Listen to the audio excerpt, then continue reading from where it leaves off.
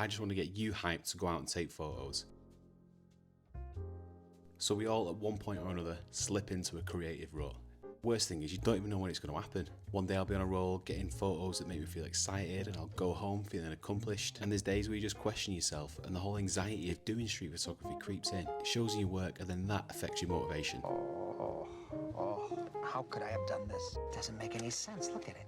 I know this feeling all too well, and I was there myself a few weeks back. If this is your first time here on the channel, my name's Tom. I'm a street photographer from Manchester, England, and on the channel we talk all things photography. I do some street POV videos, share photo books from my collection, and I'll give the odd tip here and there. I just want to get you hyped to go out and take photos, and if that's what you want to do too, then you're in the right place.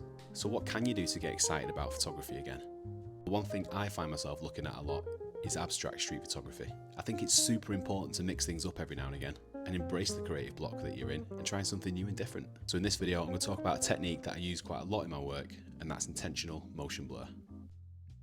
Stick around towards the end of the video where I'll go over camera settings, different ways of moving your camera. I'm going to show a few of the photos that I've taken using this technique. Before we get stuck in, it's important to look at the work of one of the greats that use this technique and one of the pioneers of colour photography, Ernest Haas. I recently picked up the book New York in Colour as a dose of inspiration. I think Ernest Haas has a nice balance of two types of street photography. Some of his photos are abstract to a point where his image is almost like a painting, and other images are carefully constructed street scenes. It just shows that it's okay to take a different path sometimes in your photography, and what better time to explore that path is when you're in a creative rut. Let's take a bit of time looking at this book and see what we can learn from Ernest Haas using this technique. We can see the use of panning in some of his photos, and if you're not sure what that is, I'll cover that later on in the video. You can also see the moving of the camera ever so slightly. Another thing to note is that you can still make out every element in the image. It's not too unfamiliar. And lastly, the important driving factor in his work is the use of colour. It just wouldn't work if the images were in black and white. So with all this in mind, let's go out and explore this different path and hopefully bring back a spark to my photography.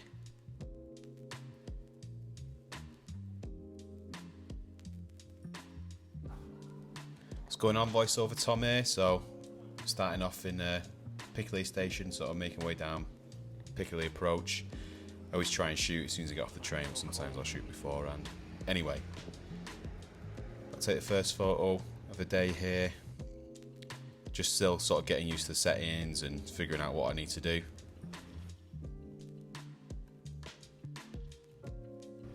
So still sort of making my way into the centre of town, and I always hit up these bus stops on my way in. You always get some interesting photos, but I mean, I'm not too keen on that one, but I'm just playing around with the camera, playing around with movements and just sort of experimenting and seeing what happens, and that's what it's all about, isn't it, anyway? So, and then I noticed this guy just a bit further in the distance smoking a cig with his hood up. I thought he'd make a pretty interesting photo, so moved the camera that way. I quite like that one, it's a bit mysterious. And then moving down a bit more, I noticed this guy with his coat open in the eyes, again just moving the camera, looking at the colours that are around me, and that's what I'm sort of attracted to, I guess, when you're doing this sort of thing. Still after a panning shot though, so I'm sort of like looking about, thinking, oh, what can I get, who's around, and I see this lady walking down here. I was like, right, well, I'm going to get in, try and get a decent pan, and we get quite close. Quite happy with that one. Really happy with how that one turned out. It's a pretty good one, that one.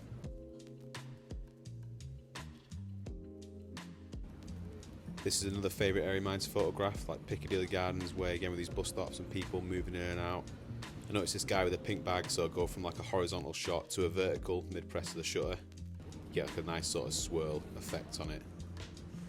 Moving down now to the bottom of Oldham Street in Piccadilly Gardens. This is one of my other favourite spots in Manchester to photograph. Constant people moving in and out. So I'm going to move to this sort of corner here near the road, because as the bus sort of goes around the corner, you can get quite close to people on the that are sat on the bus. Get a nice composition of like a frame within a frame. It's pretty cool. So trying that panning again and trying to get a decent composition. I quite like that one a lot. If you go past, they get another one here. It's pretty good. Quite enjoy that one again. And then moving back to like Ernest Haas work that we were looking at earlier in the video, you know, he incorporates sort of transport as well as people into the background, or vehicles or whatever. So I'm sort of focusing on that as well. Another panning shot there, quite happy with that one. Again, just sort of on the lookout, people doing stuff, colours, not really focusing much on gestures that I'd usually photograph. Sort of colours, how people are moving, that kind of thing. Not directly copying Ernest Haas' work, just sort of taking inspiration from it, learning, moving forward. That's all you want to do, really.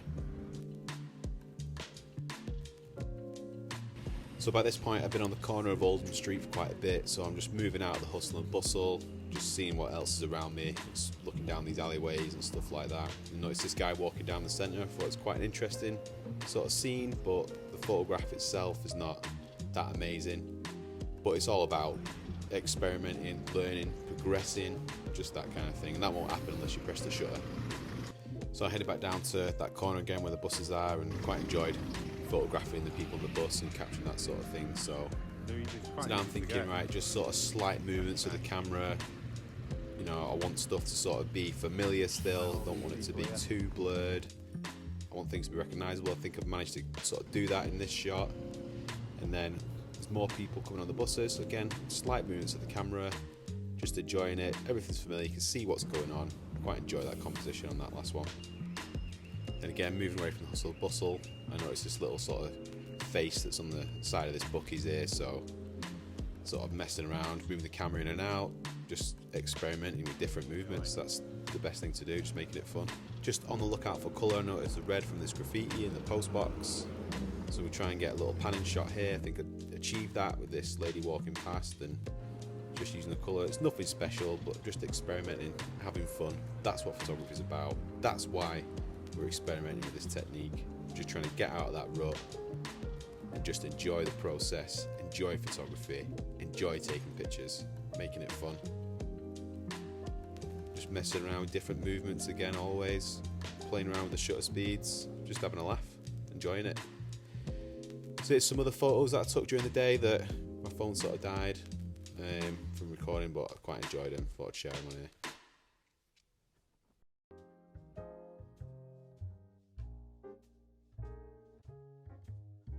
Now, if you're not sure what panning is, it's where you follow the subject that's moving with your camera, preferably at the same speed. This will prevent your subject from being blurred, but the background will have tons of movement in it. The best thing I've seen on panning is by Thrasher magazine photographer Michael Burnett. I'll put the YouTube link in the description below, but Burnett's got a great explanation on panning and how to use it in skateboard photography, but it's easy to translate into street photography as well.